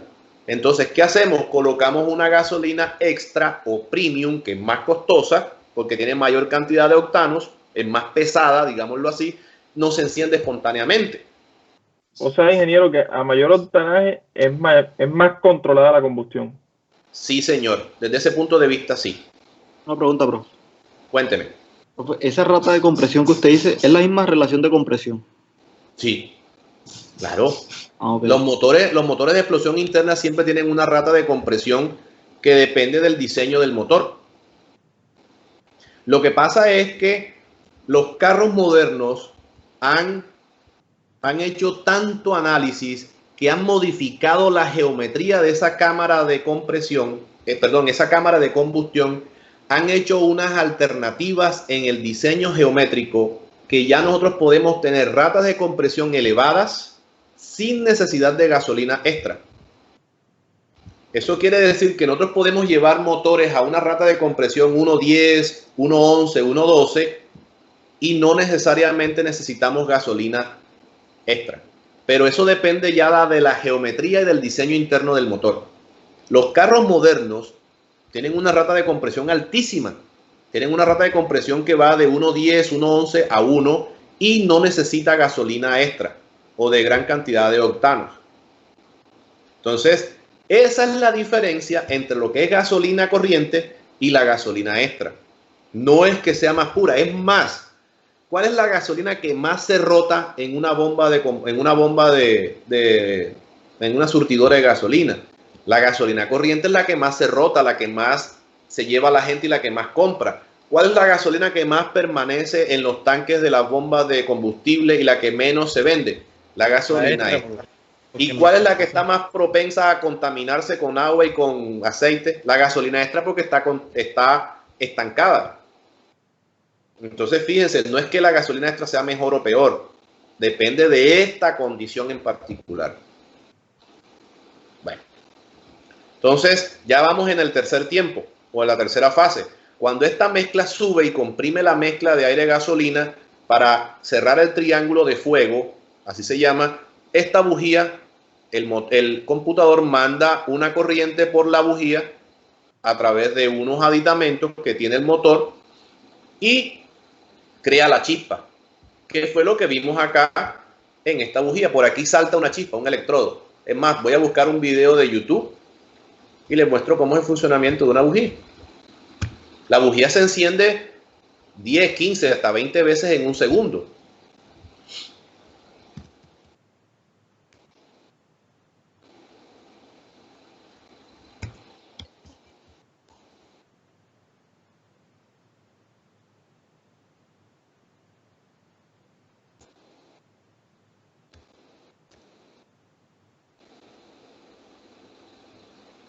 Vamos a ver si nos muestran.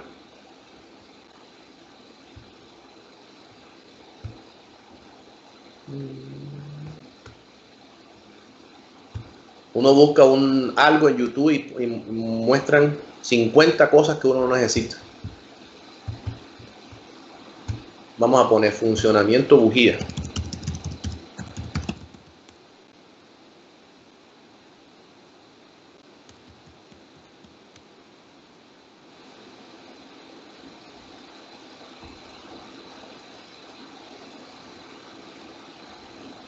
No, nada.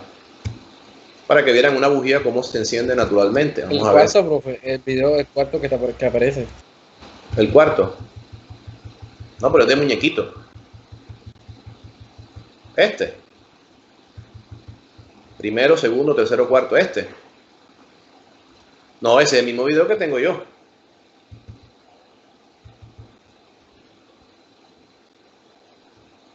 Para que ustedes vean cómo han...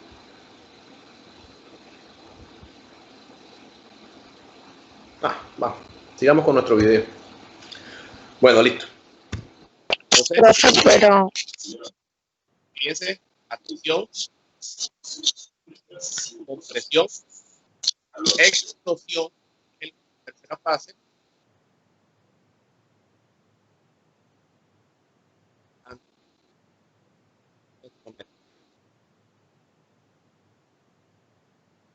Fíjense que la cuarta fase de escape el pistón vuelve a subir, se abre la válvula de escape, que son estas dos que no se habían movido para nada, y salen todos esos gases quemados, salen por el sistema de escape a la atmósfera a través del mofle.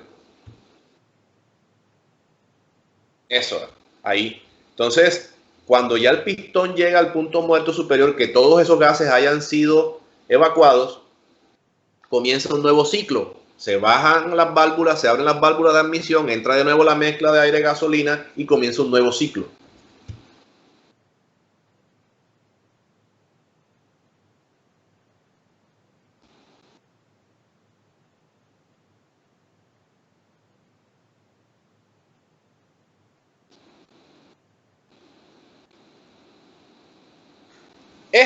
Este ciclo, como ustedes lo están viendo ahí, se llama sincronización. Es decir, que cuando el pistón sube, las válvulas se cierran. Cuando comienza el ciclo de admisión, las válvulas de admisión bajan, entra la mezcla de gasolina. Cuando el pistón sube para completar la segunda fase de compresión, las válvulas de admisión se cierran. Luego la bujía salta la chispa en el momento adecuado. Hay la explosión, baja el pistón, vuelve a subir, ocurre el fenómeno de escape. Entonces todo eso tiene que darse de una manera sincronizada. Eso es lo que se llama sincronizar el motor. Cuando hay un desfase en esos tiempos, que la chispa no salta en el momento adecuado, que la válvula no se abre en el momento adecuado, comienza el motor a perder eficiencia y el motor no está sincronizado. Entonces, por eso es que hay que llevarlo al mecánico cada tanto para que sincronice el motor. Y es lo que hace es que las cosas funcionen en su momento adecuado. Que la chispa salte en el momento adecuado, que las válvulas se abran en el momento adecuado y que la mezcla aire-combustible sea la adecuada. Eso es lo que se llama sincronizar un motor de combustión interna. Así funciona un motor de combustión interna. Gasolina, el ciclo de Otto.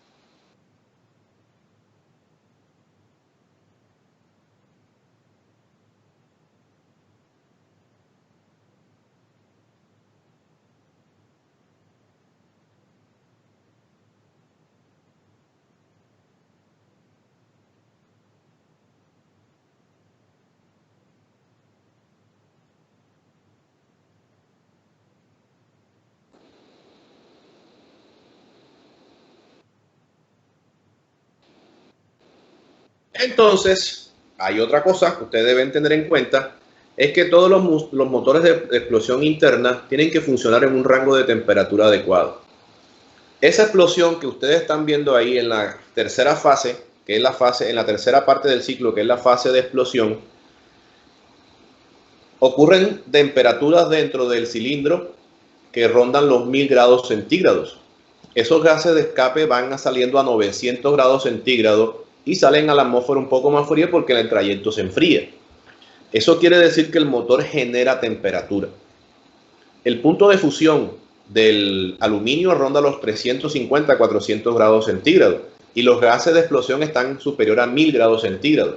Eso quiere decir de que si nosotros no evacuamos el calor producido en esa explosión, el motor se funde, las partes comienzan a derretirse. Las cabezas de los pistones comienzan a derretirse y el motor sufre una catástrofe. Entonces, el sistema de refrigeración, ¿qué hace? Hace circular un líquido de refrigeración que normalmente está compuesto por unos aditivos, normalmente es agua con un aditivo. Normalmente el aditivo con el que utilizamos se llama etilenglicol, que es un anticongelante. Ahora, ustedes me preguntarán, ¿por qué un anticongelante está como líquido refrigerador en un motor? ¿Alguien sabe? El etilenglicol es un alcohol. ¿Por qué un anticongelante se adiciona al sistema de refrigeración de motor para evacuar el calor?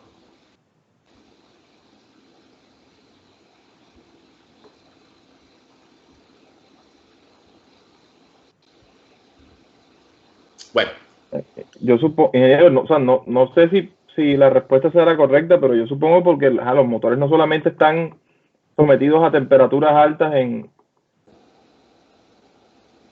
como en nuestras regiones, sino para también regiones de temperaturas muy bajas donde tener un líquido en un radiador a temperatura muy baja puede lograr la congelación, y ahí no va a existir ningún tipo de circulación si el líquido está congelado. Bueno, sí, pero esa no es la razón por la cual tenemos en cuenta eso.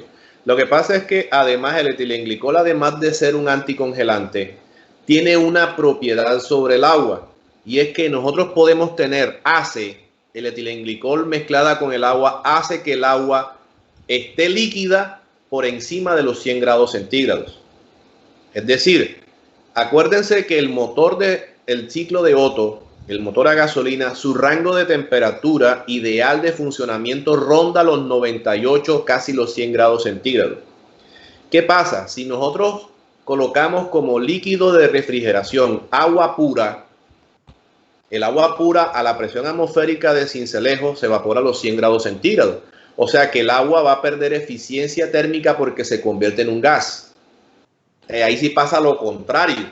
Es decir, va a tener mucha más forma de tener contacto con las paredes del motor interna, absorber ese calor a través de un intercambio de calor físico por contacto, porque todo el agua de refrigeración entra por todos los recovecos del motor, absorbe ese calor, lo lleva a la parte frontal del vehículo, a un radiador que es un intercambiador de calor, está en contacto con la atmósfera está a 30, 35 grados centígrados, hace fluir aire a través del panel del radiador y hay lo que se llama un intercambio de calor. Entonces el agua baja su temperatura de 95 grados centígrados a 35, 40 grados centígrados. Esa agua a menor temperatura, es decir, un poco más fría, vuelve a entrar el motor, absorbe el calor y se da el ciclo completo de refrigeración.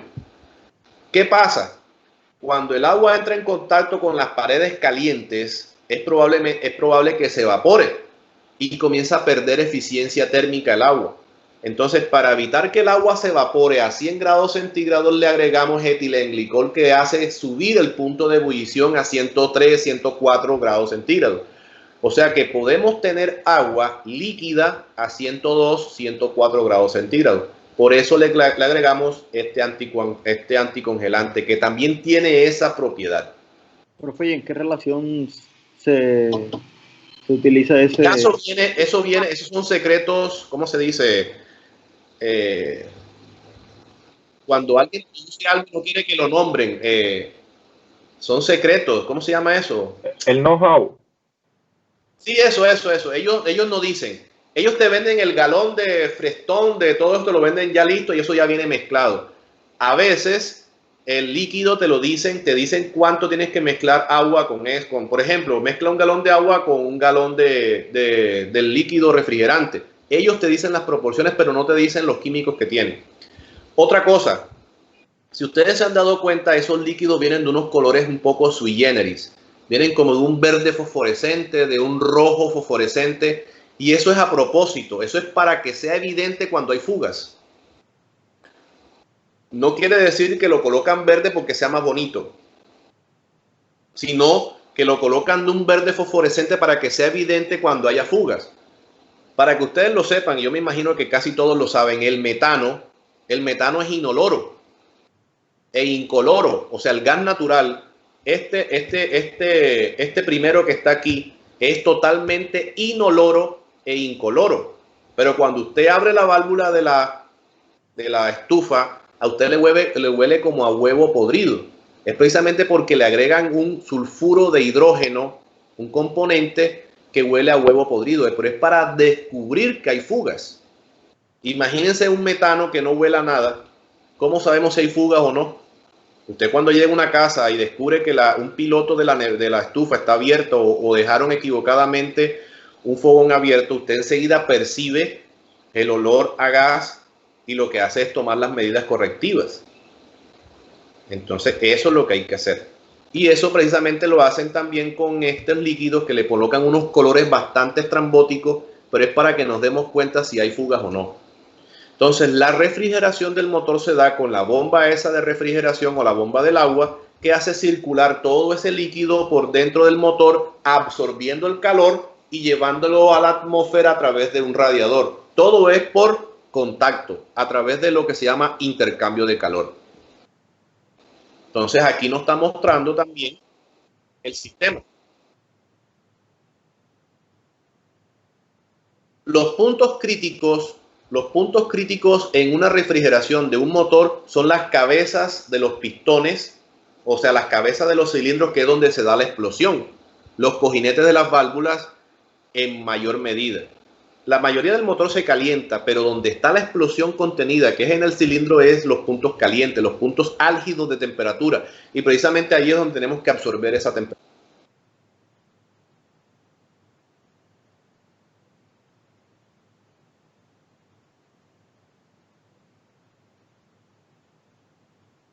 ¿Qué es un termostato? Un termostato es una válvula electromecánica que hace abrir y cerrar una válvula de acuerdo a los requerimientos de temperatura de un motor. Entonces, como ya les he dicho unas 2 o 3 veces, el rango de temperatura de funcionamiento ideal de un motor es 1, 95, 98 grados centígrados, casi 100 grados. Si el motor se enfría, pierde eficiencia. Si el motor se calienta, pierde eficiencia. Entonces, para que el motor esté funcionando siempre a la temperatura ideal, lo controlamos con un termostato. ¿Qué hace el termostato? Abre una válvula para que el líquido circule. Cuando el agua circula a través del motor, lo enfría. Pero si comienza a enfriarlo y pasa de la temperatura ideal, el termostato cierra la válvula, deja de circular el líquido refrigerante y el motor comienza a calentarse. Cuando llega a la temperatura ideal está funcionando perfectamente, pero si nosotros dejamos eso cerrado, el motor va a seguir calentándose y va a llegar al límite de la eficiencia térmica. Entonces, ¿qué hace el termostato? Abre la válvula de nuevo, recircula el agua y el motor comienza a enfriarse. O sea que el rango de temperatura de enfriamiento y, digamos, recalentamiento del motor es una ventana muy corta. Entonces el termostato lo que hace es abre y cierra la válvula para que circule o no el agua dentro del motor. Es decir, el agua no siempre va a estar circulando. Por ejemplo, cuando usted prende el carro en frío, lo que más necesitamos es que el motor se caliente lo más rápido posible. El termostato no está funcionando, o sea, el termostato lo que hace es cerrar el ciclo del agua y el agua está estancada, no circula. ¿Para qué? Para que el motor gane temperatura rápidamente y llegue al rango de temperatura ideal ese. Cuando ya el motor llega a su rango de temperatura y comienza a sobrepasar ese rango de temperatura, el termostato manda la señal y abre la válvula y comienza a circular de nuevo el agua. Eso es lo que hace un termostato. Un error común es quitar ese termostato. Eso no lo hagan. Oigan, los mecánicos que no saben dicen, el termostato es el que está jodiendo, quítenlo que se arregla todo. No, eso no es así. El termostato está ahí por algo y es para controlar la entrada y salida del agua al motor.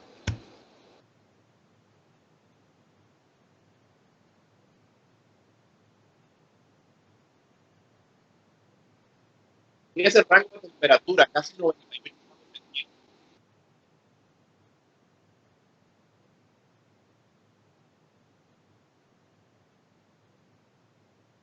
Cuando ya el motor se calienta, abre la válvula, comienza a circular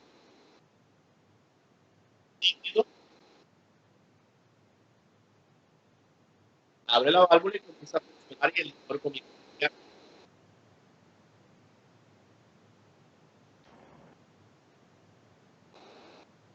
Ingeniero, una pregunta. Yo he escuchado casos en los que, por ejemplo, algunos mecánicos a carros que se les daña el termostato y por no comprarlo o por... Dicen, no, vamos a quitarle el termostato y lo dejan directo. O sea, Sí. ¿qué consecuencia puede traer eso? Consecuencia es que el motor nunca va a trabajar en el rango de temperatura ideal y te va a consumir más combustible. ¿Por qué? Porque los motores para funcionar necesitan su rango de temperatura. Al carecer de termostato, el agua siempre va a estar circulando. ¿Qué va a hacer? El motor siempre va a trabajar en frío y va a consumir mayor combustible. ¿Por qué? Porque el motor, para ganar más temperatura, inyecta más combustible. Entonces, comienza a ver que la economía del combustible, es decir, el motor comienza a consumir más combustible y va a trabajar en un rango de temperatura inadecuado. Yo siempre tengo un parámetro de un concepto y es los motores, por ejemplo. ¿Quiénes son los que producen los motores? Los Chevrolet, los Ford son los gringos.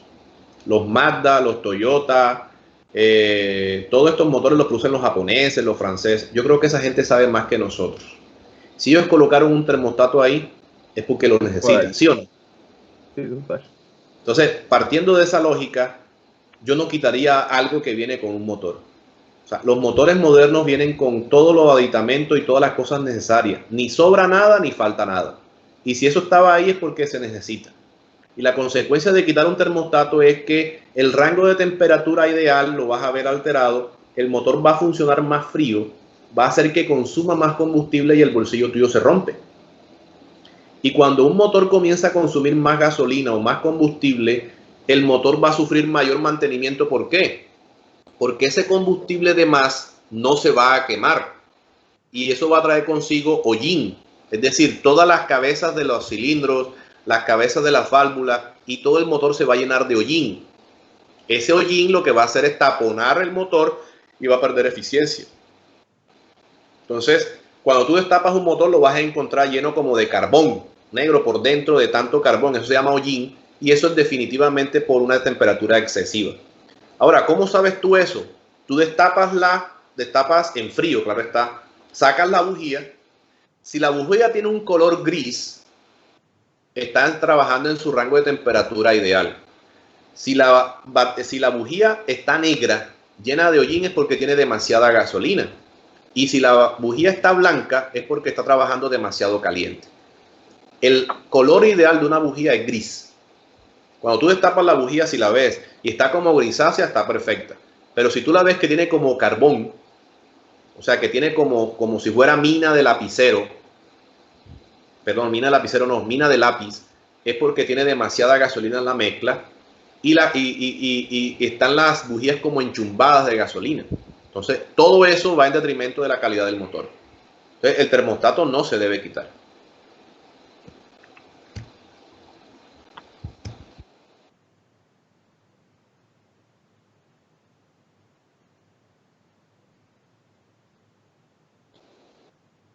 Bueno, otra cosa que deben saber ustedes es el sistema de lubricación.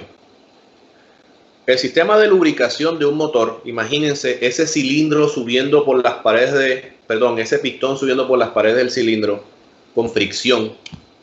Entonces, si nosotros no buscamos un antifriccionante llamado aceite, esos motores generarían tanta temperatura que se funden. Todos esos son piezas móviles. Fíjense que el pistón se mueve a través del cilindro, las válvulas se mueven y todo eso. ¿Qué evita la fricción en esos elementos mecánicos? El aceite. El aceite crea una partícula delgada a nivel microscópico entre la pared del cilindro y la pared del pistón. De tal forma que el pistón cuando sube y baja resbale sobre una película microscópica de aceite y no tenga contacto directo con el metal. Todo eso lo hace el sistema de lubricación. Entonces, los aceites es una parte esencial que no solamente lubrica, los aceites también refrigeran, porque al estar en contacto con todas esas partes calientes, el aceite ayuda a bajar la temperatura de los motores. Entonces, el sistema de refrigeración es muy parecido al sistema de lubricación. Existe un receptáculo en la parte de abajo de un motor que se llama cárter, recoge todo el aceite por gravedad, cae por gravedad, hay una bomba que está sumergida en ese cárter y lo manda de nuevo hacia arriba a través de todos los recovecos que necesita lubricar el motor y el motor se lubrica. Entonces, todas esas partes móviles necesitan lubricación. ¿Cuál es el problema de antaño? Que los motores cuando están fríos, por ejemplo en las mañanas frías, ustedes saben que los aceites, el aceite es un líquido, pero al estar frío el aceite lo hace bastante denso. O sea, casi que es como una brea. ¿Qué pasa? Mover ese aceite cuando está frío es bastante problemático. ¿Por qué? Porque cuando usted enciende el motor en frío, el motor no tiene lubricación. O sea, el motor está seco por dentro. ¿Qué pasa? Mientras ese aceite se vuelve líquido o más fluido y llega a todos los recovecos, eso, ya el motor ha girado unas cuantas revoluciones por minuto y el motor trabaja seco de esa manera y comienza a rayar las paredes del cilindro con el pistón y el motor sufre desgastes prematuros. El otro escenario es cuando ya el motor está trabajando en su rango ideal de temperatura, el aceite está bastante caliente y la fluidez del aceite es demasiado. Y lo hace tan delgado que las paredes comienzan a tocarse entre sí. Es por eso que crearon los famosos aceites multígrados. ¿Qué significa un aceite multígrado? Significa que el aceite va a conservar sus propiedades en diferentes rangos de temperatura, desde unos menos 20, menos 30 grados centígrados hasta unos 100, 110 grados centígrados. Fíjense el rango de temperatura, desde unos menos 10, menos 20 grados centígrados hasta unos 100, 110 grados centígrados. Eso quiere decir que el rango de temperatura de trabajo de un aceite es de unos 120 grados centígrados. Entonces, teóricamente el aceite a 0 grados centígrados pues se vuelve casi sólido y a 100 grados centígrados se vuelve muy líquido. Pero ¿qué pasa? Los aceites modernos tienen una serie de aditamentos, de químicos dentro de sí, que lo hacen líquido y lo hacen a la misma especificación en todo ese rango de temperatura. Eso se llama aceites multígrados. 15W85, 20W50, ese es el rango de temperaturas de los aceites. Esos números que ustedes ven en la referencia del aceite hace la referencia de su viscosidad. Entonces los aceites modernos tienen que conservar la viscosidad, la misma viscosidad a diferentes rangos de temperatura. Esos son los aceites modernos. Y como los motores son tan exigentes hoy en día con unas calibraciones al milímetro o a las micras, es decir, cuando el pistón sube, la válvula puede estar un poquito casi que pegada. Entonces, digamos que los rangos de precisión son tan altos que las capas de aceite tienen que ser lo suficientemente delgadas. Por eso es que un cuarto de aceite vale 25,000, 30,000 pesos. Los aceites, mire, usted no puede escatimar en la calidad de aceite que le agrega a un motor. La vida útil de un motor se prolonga con el aceite. Los aceites también tienen una propiedad refrigerante, lubricante y tienen una tercera, que es detergencia. Los aceites tienen que recoger todas las impurezas producidas por la combustión y llevarlas a un filtro. Entonces, el motor, cuando está contenido en el cárter, que es el recipiente de abajo, ya les muestro eso en un video.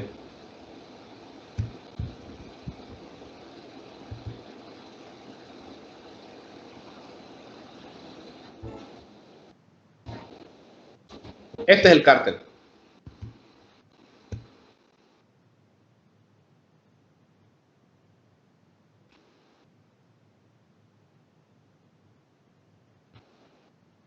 Ese es el cárter, es un recipiente que está en la parte de abajo del motor, mírenlo. Ahí va sumergida la bomba, la bomba de aceite, va abajo. ¿Por qué se coloca abajo? Porque la bomba lo que hace es lanzar el aceite hacia arriba del motor y luego cae el aceite por gravedad y se recoge en el cárter. Entonces, cuando el motor está frío, que ya todo ese aceite ha escurrido, digámoslo de esa manera, cuando todo ese aceite ha escurrido, pues todo el aceite está contenido en el cárter. El problema de los encendidos en frío es cuando más sufre el motor porque no tiene ni la refrigeración adecuada, pero en este caso no importa porque el motor está frío, pero lo que sí importa es que todas esas partículas comienzan a lubricarse. Es decir, lo ideal que sería que todo ese aceite estuviera dentro del motor en el momento de encender. ¿Para qué? Para que todo ese pistón suba con facilidad y no haya problemas de rayones o de desgastes prematuros. Entonces, muchos carros modernos, muchos motores modernos, no hay que encenderlos enseguida, sino que hay que abrir el switch, como se llama popularmente, y esperar que la bomba de aceite mande aceite a todos los recovecos del motor para darle el inicio. Entonces, ahí se lubrica el motor, perdura la vida útil de ese motor y obtenemos un motor un poco más eficiente. El otro extremo de los motores es el motor diésel.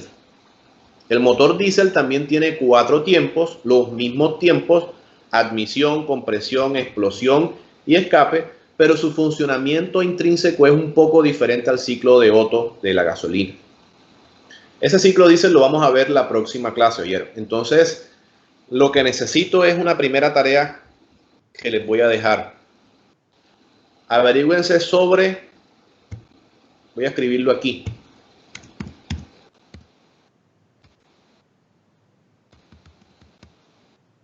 Turbocompresores.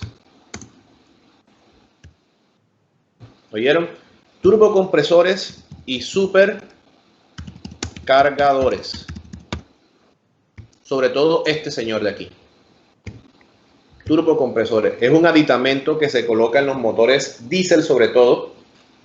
El famoso turbocompresor. Y eso lo vamos a ver la próxima clase. ¿Qué dudas hay?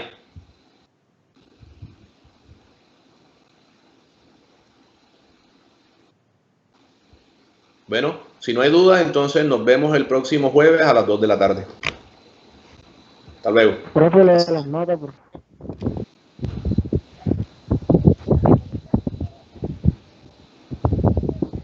Profesor, Dígame. Profe, ¿usted lee las actualizó notas. lista? Perdón, no te escucho. Que si usted actualizó lista.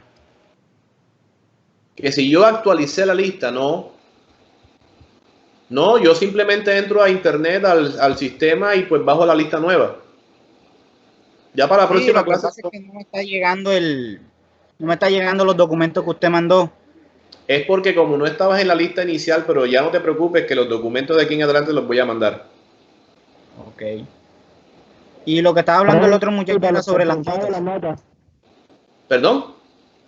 Los porcentajes de las notas. Ustedes han votado algunos, pero no han votado todos. Y ustedes tienen que mandarme la respuesta a mi correo diciéndome, yo quiero que la nota sea de Civiles 2 sea tanto por ciento de quiz y tanto por ciento de exámenes. Y listo. No me han mandado listo. todo. Es que pena. Le Esto, tenemos que mandar la de respuesta pronto- a todos. Tienen que mandarme la respuesta a mi correo para yo hacer la evaluación de cuántos quieren de una modalidad y cuántos quieren de otro. Gana la que más voten. El que obtenga mayor voto, ese es. Profesor, yo soy alumno de Civiles 2, yo estoy de acuerdo con el 5% de quiz y 45% de exámenes, listo. Yo estoy de acuerdo con el 10-40, listo. Ustedes son los que deciden. Pero tienen que mandarme esa respuesta a mi correo. ¿Qué otra cosa? Bueno, entonces nos vemos el próximo jueves. Cualquier cosa entre semana me pueden escribir a mi correo. Yo les respondo ahí inmediatamente. Chao, que pasen bien.